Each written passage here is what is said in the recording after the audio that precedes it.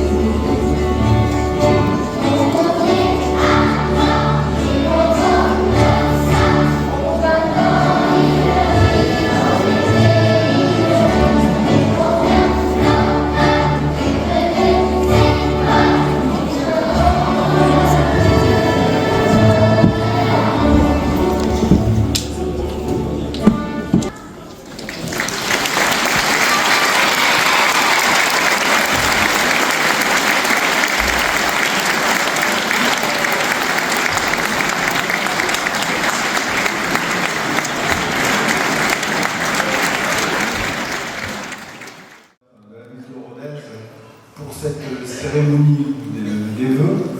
Très heureux surtout de voir que la salle est pleine et même des gens sur les deux côtés. Preuve que tout le monde s'intéresse de plus en plus à la vie publique. Je voudrais tout d'abord adresser mes félicitations à l'école de Gourgan pour la musique, pour les chants. Ça a regroupé plusieurs classes, il y avait le CM1, le CM2, le CE1, le CE2. Et je les remercie puisque la ville de Rodez, depuis une bonne quinzaine d'années, a développé la musique à l'école, que ce soit à l'école Paul Ramadier, à Saint-Éloi, que ce soit à l'école Gourgan, dans les quartiers populaires. Et je voudrais surtout féliciter le CRDA, dont le président est là, Christian Tellier, la directrice aussi, et leur dire toutes mes félicitations parce que quand même, ce sont des jeunes très jeunes et on voit que l'apprentissage de la musique via le CRDA fonctionne bien sur Rodez et Aveyron. Ce qui situe quand même notre pays malheureusement en tête au niveau européen avec un déficit public autour de 5,4% du PIB et qui fait que cela pose interrogation. Il y a quelques années, je ne sais pas si vous en rappelez, on critiquait l'Espagne, l'Italie, la Grèce, le Portugal, on les pointait du doigt, on faisait bien remarquer qu'ils avaient des déficits publics importants. Bon, certains avaient un déficit supérieur à 8% du PIB. Or, aujourd'hui, tous ces pays se sont redressés. Regardez l'Espagne, aujourd'hui, un déficit autour de 3%, qui correspond pleinement aux critères de convergence de l'Union européenne, notamment du traité de Maastricht. Ils ont une croissance d'Espagne depuis quelques années qui est pratiquement 3 fois supérieure à celle de la France. L'Italie, en 2 ans, a divisé par 3 leur déficit budgétaire. Ils avaient, comme nous, autour de 180 milliards de déficit. Aujourd'hui, ils sont à 60 milliards. La Grèce aussi, après avoir eu, comme l'Italie, des déficits publics à 9% du PIB, aujourd'hui, ils ont des déficits qui sont, je le disais tout à l'heure, en règle générale, en cohérence avec les critères de convergence de l'Europe. Quant au Portugal, qui lui aussi, il y a 10 ans, croyait l'État en faillite, aujourd'hui, ils n'ont plus de déficit public. Et ils avaient été classés la semaine dernière, c'est pas vieux, comme l'économie planétaire pratiquement la plus dynamique. Bon, je ne dis pas que ce classement est totalement vrai, mais ce qui montre que le Portugal, à 10 ans, ils ont complètement changé d'État. Ce n'est pas le cas de la France, et tout le monde le dit. Mais la conséquence de l'accumulation des déficits publics, tout le monde les connaît.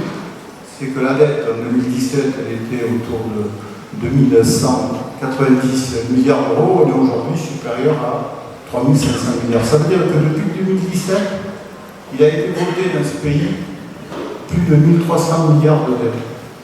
C'est le record du monde, c'est le record d'Europe, d'autant de dettes en si peu de période. Alors aujourd'hui, les conséquences, elles sont énormes. Parce que parallèlement au déficit public, à la dette publique, c'est aussi le déficit commercial. Il était aussi, comme François Hollande a quitté le pouvoir, inférieur ou autour de 50 milliards, mais aujourd'hui, régulièrement, le déficit commercial, la balance commerciale, supérieure à 80 milliards. Alors, quand vous ajoutez tout, vous voyez qu'on a un problème majeur dans ce pays qui mine l'économie et qui mine le social. Et ce n'est pas le seul problème que nous avons. Nous avons aussi un problème important qui est lié à tout ça, qui est un problème de compétitivité. Quand vous avez la dette qui augmente, quand vous avez les impôts directs ou indirects qui augmentent, quand vous avez les charges, les taxes qui augmentent, vous perdez en compétitivité. Et aujourd'hui, on peut dire que la France, elle perd en compétitivité coût, elle perd en compétitivité hors coût, et elle perd bien entendu pour toutes les raisons que je viens d'énumérer en compétitivité produit. Mais je le dis, ce n'est pas les seuls problèmes. Il y en a deux autres moins importants que le déficit public. C'est aujourd'hui la concurrence internationale. Je veux dire, je ferais mieux de dire la concurrence internationale déloyale. Et on le voit, ce n'est pas seulement au niveau européen ou français, mais elle est là aussi, elle avait à Rodez, cette concurrence déloyale. Vous le voyez dans l'industrie. Regardez, Pascal Mazet n'est pas là aujourd'hui, mais quand on voit la situation de la salle, qui a été obligée de plier, quand on voit la situation de l'usine de Bosch, il y a 20 ans, 2000 salariés, aujourd'hui 500. Jean-Philippe Keroyan, le maire Lionel Château, qui est là, en parlait très bien lundi lors de ses vœux.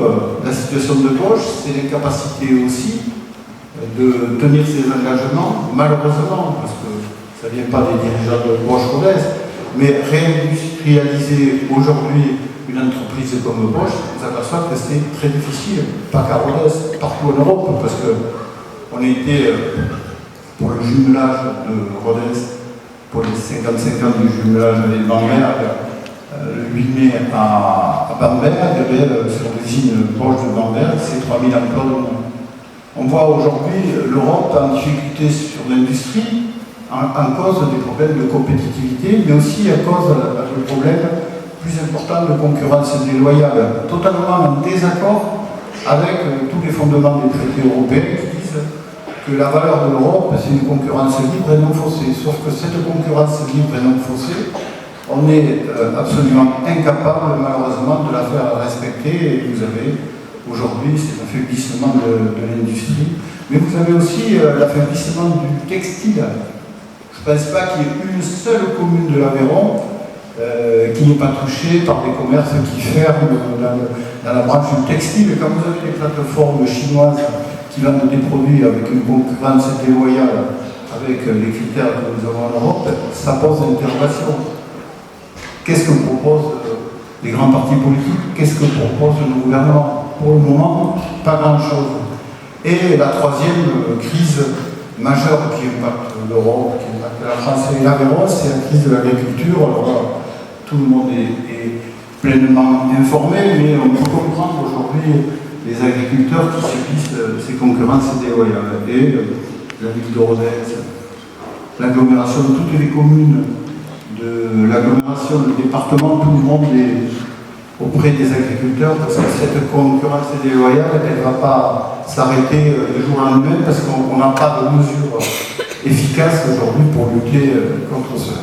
Voilà, je vais clore ce chapitre tout en disant que, heureusement, la ville de Rodez, l'agglomération, les communes de l'agglomération, les communes du département, le département, nous n'avons pas, heureusement, de déficit budgétaire comme l'État, et je forme le vœu pour 2026 que les dirigeants, les futurs dirigeants de l'État prennent exemple sur l'ensemble des collectivités locales pour bien gérer le pays, parce qu'aujourd'hui, toutes les collectivités locales, à un degré ou à un autre, sont quand même parfaitement bien gérées avec des gens qui ont les pieds sur terre, et ça je voulais le dire. Alors comme l'a dit tout à l'heure mon collègue et ami Christophe, la loi dit qu'en période électorale, puisque dans 2 mois jour pour jour, il y aura les élections municipales, on ne peut pas faire le bilan d'un mandat, bien que beaucoup ne se gênent pas pour le faire. En tout cas, nous, on respectera la loi. On ne fera pas de bilan. Je ne ferai pas le bilan de mes réalisations et je ne ferai pas non plus une projection sur les années à venir. Par contre, je vais essayer de rappeler un peu les grandes réalisations de mes prédécesseurs. Alors, contrairement au maire de Château, je ne remonterai pas à l'ère quaternaire ou à l'époque romaine, parce que lundi, on a eu un sacré cours d'histoire. On en a eu un tout à l'heure avec Christophe, on en a eu un lundi à Aulnay aussi, où le maire est remonté très loin dans l'histoire. Donc moi, je ne remonterai pas à l'ère quaternaire, je ne remonterai pas donc à l'époque romaine, je ne remonterai pas non plus au Moyen-Âge, au bas Moyen-Âge, au haut Moyen-Âge, je ne remonterai pas à la Renaissance ou à la Révolution. Je partirai, si vous le voulez bien, des années 1900. Alors en 1900, le maire de Rodez, il s'appelait Louis Lacombe.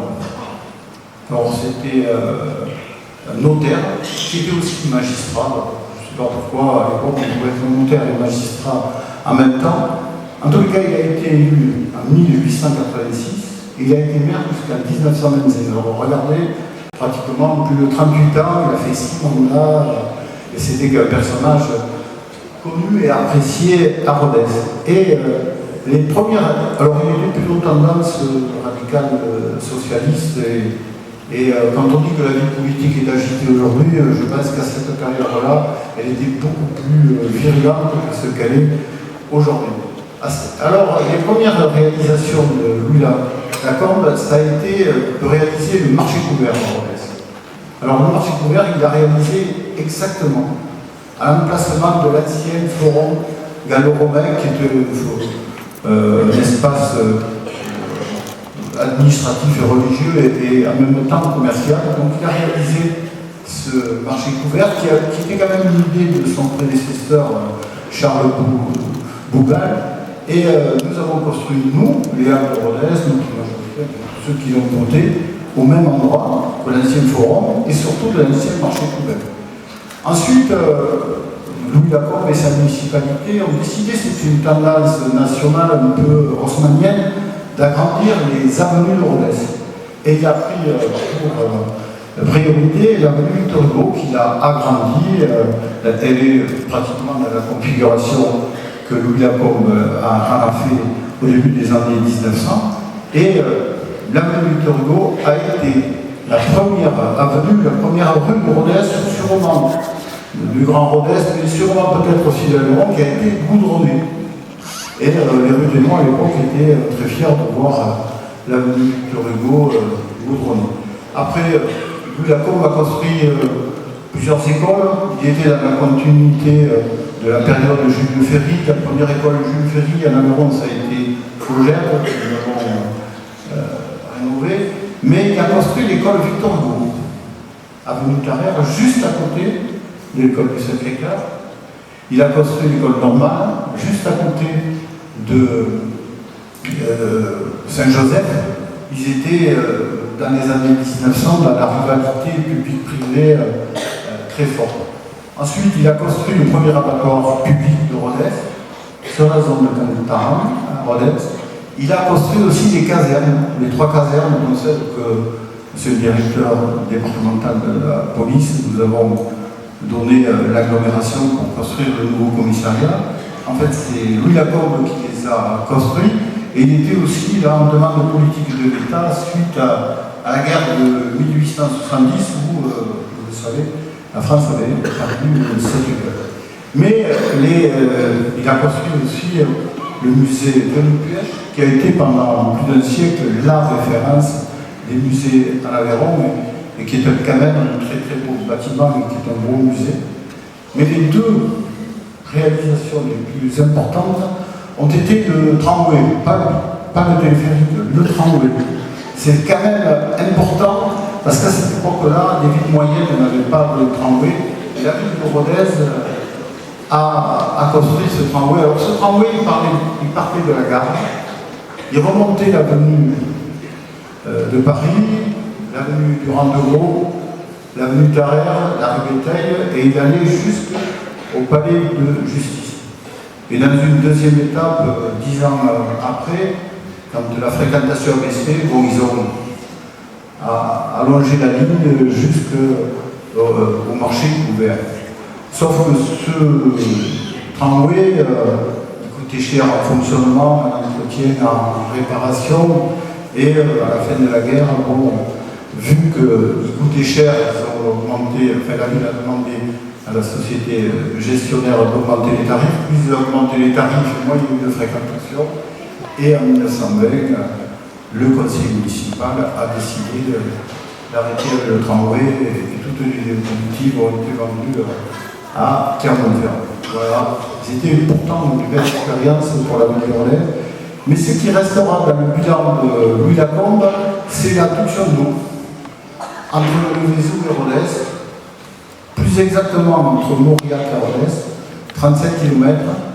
Et le conseil municipal a donc décidé de construire des puits en termes de production d'eau, des réseaux de Mauriac à Rodez, descendre dans la vallée de l'Aveyron, de la Prémonde sur Rodez, remonter au centre-ville de Rodez par gravitation, et l'eau est arrivée, je crois, je vais regarder, je vais vérifier, le 21 avril 1900, place du Bouc, à la fontaine, qui a été dénommée la nymphe du Vézou. Et ce jour-là, il y avait toute la population de Rodez, parce que faire venir l'eau potable, c'est quelque chose quand même qui était exceptionnel à l'époque. Et ça a inondé progressivement toute la ville. Et grâce à l'initiative de la municipalité de Lacombe et du conseil municipal, nous sommes Rodez, une des rares villes de France, je ne sais pas s'il y en a beaucoup, nous sommes producteurs, transporteurs, distributeurs d'eau. L'eau du Vézou est une bonne eau, puisqu'elle est classée catégorie A par l'ARS. Et surtout, nous avons l'eau la moins chère des villes moyennes de tout le sud de la France, et c'est quand même une référence. Et tout ça, nous le devons à cette municipalité. En plus d'avoir l'eau la moins chère, nous arrivons à dégager des bénéfices, et nous arrivons, je le dis, à avoir un taux de rendement de 95%. Je crois que nous pouvons vraiment féliciter la municipalité du Lacombe. En 1925, c'est Eugène Regnaldi qui était élu maire de Rodez. Il fera lui 2 mandats. Il avait à peu près la même tendance politique que Louis Lacombe. Bon, il était plutôt d'une gauche démocratique style aveyronnais. Alors lui, il a mené conjointement un travail de maire et de ministre, puisqu'il a été nommé 2 fois ministre, 1 fois ministre du commerce et de l'industrie, et ensuite ministre de la justice. Et c'est rare, je crois que c'est le seul maire en exercice qui a été 2 fois ministre. Il a négocié la première partie de l'achat des haras, puisqu'il était déplacé souvent en étant ministre, toute la partie où il y a aujourd'hui le stade Polignon, la salle des fêtes. Après 4 ans de négociation, ils ont réussi à l'acheter au département et au ministère de l'Agriculture, puisque c'était les haras de France. Ça représentait le tiers des haras. Vous savez que la ville a acheté l'autre partie, la plus importante, en 2022, ce qui fait qu'aujourd'hui, nous sommes la ville de Rodez et propriétaire de l'ensemble des haras, mais on doit la première étape à Eugène Regnaldi. Eugène Regnaldi qui a créé aussi la première grande foire expo. Alors les foires expo à l'époque c'était entre 50 et 80 000 personnes qui venaient à Rodez. Et la première foire expo, c'est le président de la République de l'époque, Albert Lebrun, qui l'a inauguré à Rodez. Et beaucoup d'entre vous ont dû voir des cartes postales où on voit le cortège de véhicules monter l'arrêté et arriver place d'Armes avec une foule monstre, et Albert Lebrun faire un discours, je ne sais pas quel était le type du discours, s'il était affamé, mais en tous les cas, il est venu ici en Rodez inaugurer la première foire expo. Alors Eugène Regnaldi, il a fait beaucoup pour l'extension de Rodez, notamment le quartier de l'Amphithéâtre, et surtout la première conquête vers l'Est, avec les quartiers de la Banderie, l'avenue Fusier, la rue Saint-Martin-des-Prés, puisqu'il habite là, Christophe, et il a fait l'aménagement de la rue Saint-Martin-des-Prés avec le curé de la paroisse qui s'appelait l'abbé Coppel. Je le connais bien, puisque Mes grands-parents ont fait partie à l'époque des gens, pratiquement ils ont donné les terrains pour que les gens aient quitté ce secteur de Rodez vers l'Agneau.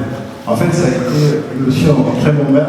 Il a été battu aux élections, même quand vous êtes ministre, vous pouvez être battu aux élections. Il a été battu en 1935 par une division de sa majorité. La gauche majoritaire a battu aux élections en 1935 par Raymond Bournefous, qui était chirurgien. Alors connu et très apprécié des Ruthénons. Il a pris la ville dans la période la plus difficile.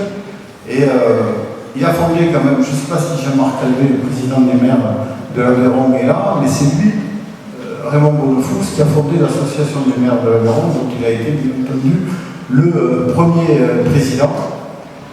Mais en 1944, le Conseil national de la résistance a nommé Maurice Subervie maire, qui avait été un grand résistant.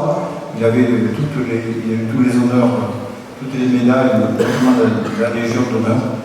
Et Maurice Subervie a donc été maire de Rodez de 1944 à 1953 et lui aussi a commencé à rénover l'ensemble des squares de Rodez, ce qui n'avait pas été fait depuis plusieurs décennies. Il a lui aussi continué l'aménagement de Rodez, la première étape de l'aménagement de Courban, avec un grand immeuble, on en parlait l'autre jour avec le président et le directeur de l'OPH, avenue de Toulouse, le premier immeuble de Rodez, parce que les OPH datent de plus d'un siècle. L'OPH de Rodez est particulier, à un moment il était rattaché à l'OPH départemental, plus rattaché, puis encore rattaché, puis plus rattaché. Bon, ça a toujours été une valse entre le département et la ville. Maintenant il est rattaché l'OPH à l'agglomération, il est même autonome puisqu'il s'appelle Rodez Aglo Habitat. En 1953, c'est Bertrand de la Panouse qui est élu. Il y a son arrière-petite-fille qui est là aujourd'hui, qui est directrice générale adjointe de l'agglomération de Rodez. Alors Bertrand de la Panouse, quand il gagne en 1953, il est pratiquement associé avec le président du département, qui est l'ancien maire de Rodez, Raymond Bournefous. Il avait été élu président du département en 1848. Et Bertrand de la Panouse sera maire jusqu'en 1965. Alors lui aussi, il est de centre droit, c'est modéré. Il fera lui aussi vraiment, il sera président des maires de l'Aveyron et il fera l'extension de Rodez sur Courban, notamment, Parère, toute la partie nord aussi de Rodez, Camonie, Saint-Éloi. Il construira la piscine rue Vieux-Saint. Alors la piscine, pour les gens qui ont mon âge, à l'époque, c'était quelque chose de très important. La fréquentation l'été, c'était plus d'un millier de personnes chaque jour. Donc quand il l'a construit, c'était la première piscine sur l'agglomération. Il était fortement fréquenté. Il a fait construire aussi le lycée Foch. Son arrière-petite-fille me racontait qu'un jour, il était monté dans un ministère, il avait décroché des crédits qui devaient être attribués pour un lycée à la Guadeloupe. Et c'est ces crédits-là et les plans du lycée Foch qui devaient être construits à la Guadeloupe qui a été construit en Rodez. C'était une bonne affaire parce qu'à l'époque, le lycée Foch était place Foch et était dans un état qu'il fallait absolument rénover. Donc Bertrand de la Panouse a fait ce travail-là. Et à la fin de son mandat, il a créé aussi, Bertrand de la Panouse, il a construit avenue de Vabre, l'abattoir public. Et c'était important aussi, c'est à mettre à son actif. Et quand il est parti, il a créé le district de Rodez avec le maire de Neufchâteau, Boscary Montservin. Ils l'ont créé ensemble à la fin du mandat. Et Boscary Montservin est arrivé maire de Rodez en 1965 après avoir fait 2 mandats en Neufchâteau. Pendant ces 2 mandats en Neufchâteau, il a été ministre de l'Agriculture. Il a construit, Jean-Philippe Carolien l'a bien expliqué l'autre jour, le fameux CIL, plus de 400 logements. Et quand il est arrivé maire de Rodez, il est arrivé avec une aura très importante de ministre, de bâtisseur. Et Il a été un grand-maire de Rodez, bâtisseur, très bâtisseur, puisqu'il a obtenu le premier contrat de ville moyenne, le premier contrat en France de ville moyenne, ce qui lui a permis de financer d'abord la rénovation des antennes. Il a eu des crédits aussi pour construire la MJC. Il a eu des crédits aussi pour construire l'IUT. Il a eu des crédits pour construire le centre principal de secours, boulevard Paul Ramadier. Il a eu des crédits de ce contrat de ville pour construire le complexe sportif de Var. Il a eu des crédits pour construire surtout l'aéroport de Rodez, totalement indispensable au développement de notre territoire. Ce contrat ville moyenne a changé la physionomie de l'agglomération. Je ne parle pas des zones d'activité qui se sont vraiment développées à partir de Oscarine Montservin et son successeur Marc Sancy et puis les équipes que nous sommes, l'ensemble des maires de l'agglomération. Oscarine Montservin, c'est aussi une figure de Rodez, puisque c'est lui qui a fait le millénaire, les fêtes du millénaire, qui pour tous les rudiments sont quelque chose d'important. En 1976, ça a été un grand succès, le millénaire. Mais lui aussi, après 2 mandats, 3 mandats à Rodez, avoir été ministre, avoir été un grand bâtisseur, il a été battu aux élections municipales de 1983. Il a été battu lui aussi par quelqu'un de son camp, par un de ses adjoints. Et Marc Sancy a brillamment gagné ces élections. Comme vous le savez, il a fait 4 mandats de maire, lui aussi était un bâtisseur. À son actif, il faut mettre le Vallon des Sports en priorité, puisqu'il a construit l'amphithéâtre, derrière le gymnase, le dojo, le gymnase, le centre aquatique. Il a réalisé Bourran, même si c'était, Régine Toursan le dirait mieux que moi, déjà dans le carton de Poscari Montservin, mais c'est lui qui les a réalisés, c'est lui qui les a financés. Bourran, c'est ce qui a sauvé Rodez d'une certaine manière, parce que Bourran aujourd'hui c'est 3000 habitants. Et sans Bourran, Rodez, le centre-ville de Rodez perdait les habitants, parce que les gens, dans cette période-là, on est au cœur des Grandes Glorieuses. Jamais la France a été aussi prospère que pendant les 30 Glorieuses. Pendant les 30 Glorieuses, la France avait une moyenne de 7% de croissance, quand des pays comme la Chine étaient à 1%, ou d'autres pays comme les États-Unis beaucoup moins que nous. Et cette période-là, la tendance, c'était d'aller construire à la périphérie de belles maisons. Et il y a eu l'affaiblissement du centre-ville dans cette période de forte croissance.